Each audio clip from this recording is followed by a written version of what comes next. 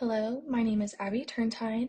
I am a current student at the School of Social Work here at Wichita State University, and today I'll be discussing the links between child abuse and depression.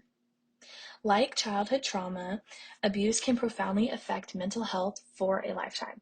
It can lead to depression and anxiety and even affect physical health. It represents immediate harm in how it shapes a person's future and impacts their ability to form relationships, succeed in school or work, and overall their quality of life. Identifying risk factors is crucial to preventing and addressing the consequences of child abuse. Things like family history, substance abuse, and social isolation can signal increased risks. Once we know what the risks are, we can create targeted interventions like therapy, community support, and education to help those who are affected. This can help create a safety net before the effects of trauma take hold of a person. Abuse in childhood can lead to challenges in adult life, like trust issues, job instability, and ongoing emotional struggles. And social workers play a crucial role because they assess the family's needs, intervene to ensure safety, and connect individuals with vital resources to support healing and growth. When looking into the long-term effects, the mental health in childhood is essential because it's when we learn to process our feelings and deal with life's ups and downs. Our experiences as kids can set the stage for how resilient we'll be later on in life. It's like building the base of a tower. If it is strong, the whole tower stands tall. Yet if it's shaky, things might get wobbly and it will break down later on. That is why it's so key for kids to have supportive relationships and positive experiences, and how social comparison theory is about how we determine our own social and personal worth based on how we stack up against others. For survivors of abuse, this can be a double-edged sword. On one hand, comparing themselves to others who seem to be doing better can make them feel worse. But on the other hand, seeing people who've overcome similar challenges can provide hope and motivation. It's all about finding the right balance and using comparison to uplift rather than to discourage. By using continued education and research, we can help create better support systems for kids affected by trauma. And understanding the latest findings, professionals can develop more effective theories, therapies, and interventions. This also helps society as a whole become more improved and empathetic to those who are struggling or going through the effects of child abuse. Looking at the research significance and why it's unique, it can shed a light on the long-term impact of adverse child experiences and their outcomes. By understanding this connection, we can help identify individuals at risk and develop targeted interventions. Additionally, studying the differential prevalence rates of different forms of abuse and their specific links to depression provides valuable insights into the complex nature of these relationships. This research also highlights the importance of considering genetic factors such as low self-esteem and understanding the effects of emotional abuse, meta-analysis that consider various demographic and study characteristics, providing a broader perspective on the overall findings. It can also improve the mental health by understanding how it enhances insights into the child's complex implications. Looking at our statistics, the research backs child abuse's impact on depression, urging precise assessment with tools like childhood trauma questionnaires to understand those correlations. By using the importance of fact-based research in child abuse studies, correlations between various abuse forms and depression, emotional abuse's unique influence on mental health, need for meticulous evaluation of maltreatment types, and the consideration of participant demographics and study specifics within meta-analysis. Looking more into a literature review, using the resources like the National Child Traumatic Stress Network, we can focus on promoting evidence-based practices, training professionals, and supporting those who have experienced trauma. Their efforts are crucial in increasing awareness and ensuring that appropriate support is available for children who have experienced abuse and trauma. Looking into the ACE study, it provides valuable insights into the long-term effects of trauma on individuals and helps us understand how individuals' experiences from childhood can impact physical and mental outcomes later in life.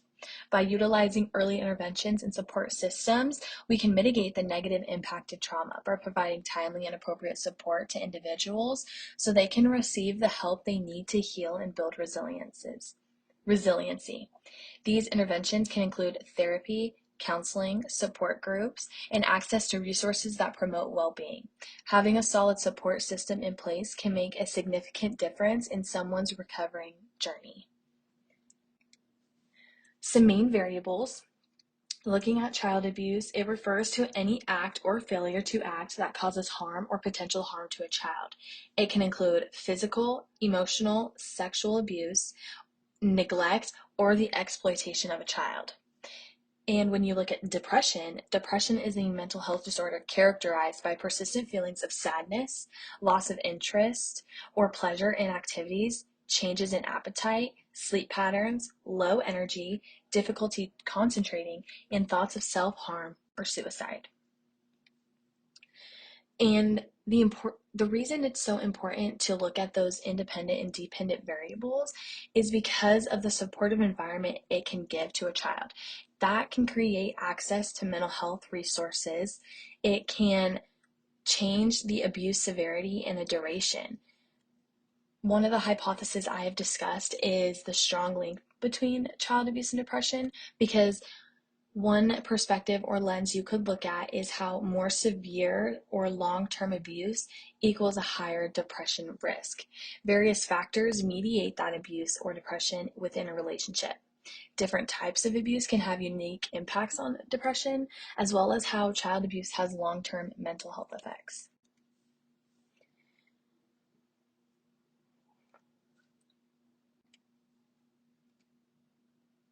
Going into our methods for sampling and sampling the method.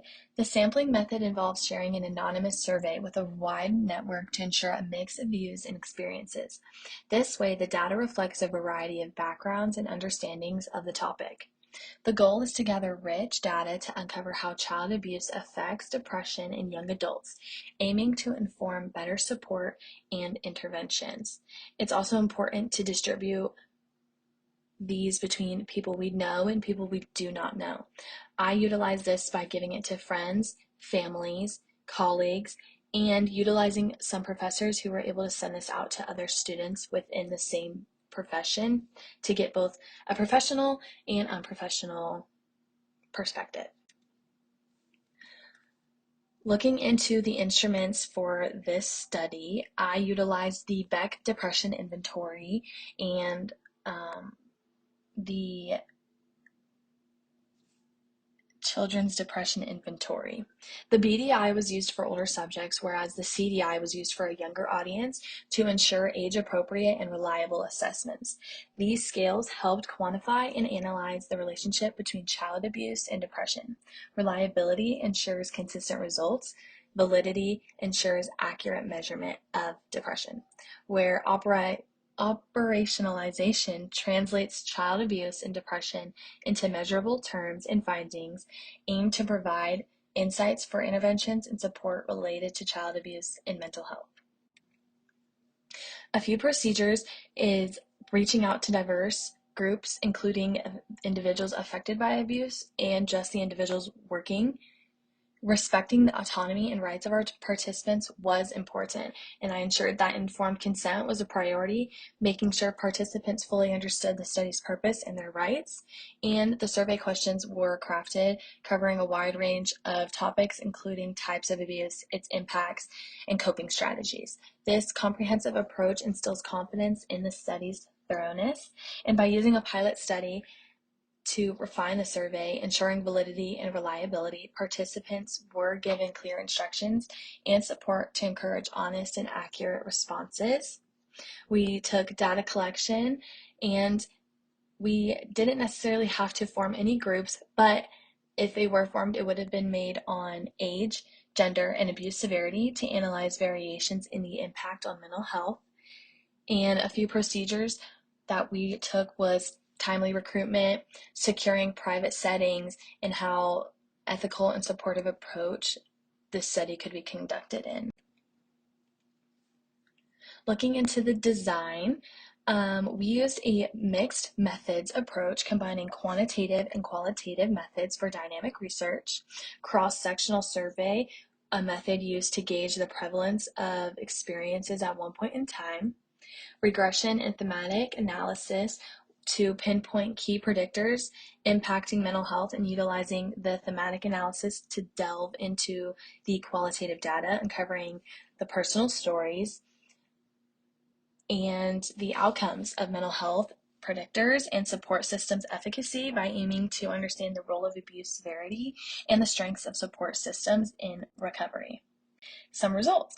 Research indicates a strong correlation between child abuse and increased risk of mental health disorders. Different types of abuse may lead to specific health conditions. A supportive post-abuse environment can mitigate adverse health outcomes. Demographic factors can influence the degree of impact on mental health.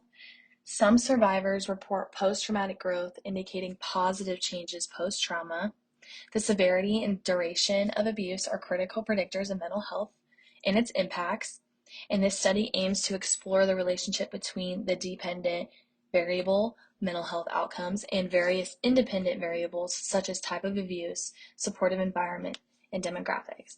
By analyzing these variables, researchers can better understand how they may influence or predict mental health outcomes in survivors of child abuse.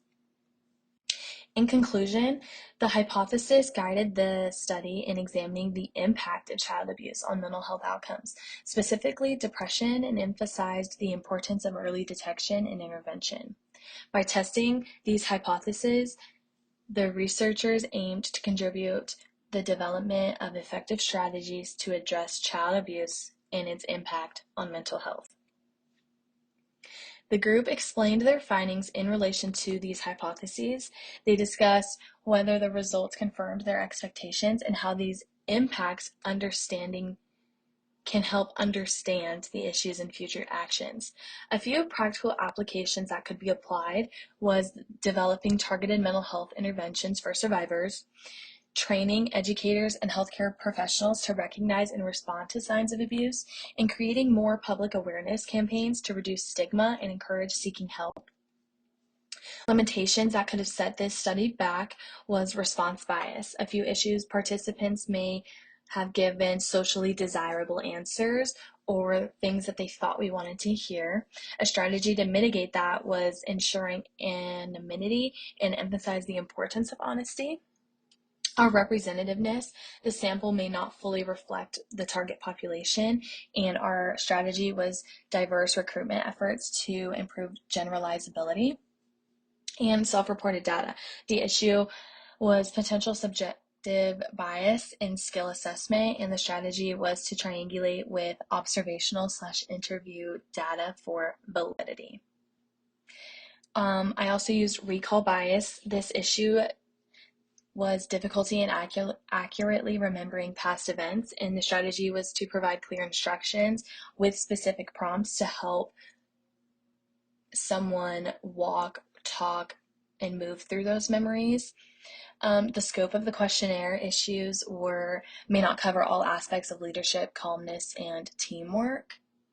And the acknowledgement was that the recognition that not all facets of these constructs can be captured. And some implications within policy changes. These suggestions and recommendations for social welfare practice and policy changes are appropriate. They align with the goal of addressing child abuse and promoting the well-being of children and survivors. By implementing these measures, we can work towards creating a safer and more supportive environment for those affected by child abuse. A few of those changes was implementing comprehensive child protection policies and protocols, increasing funding for mental health services and support for survivors, enhancing collaboration between social service agencies, healthcare providers, and law enforcement, strengthening mandatory reporting laws and ensuring proper training for professionals, and promoting community education and prevention programs to raise awareness about child abuse and its consequences.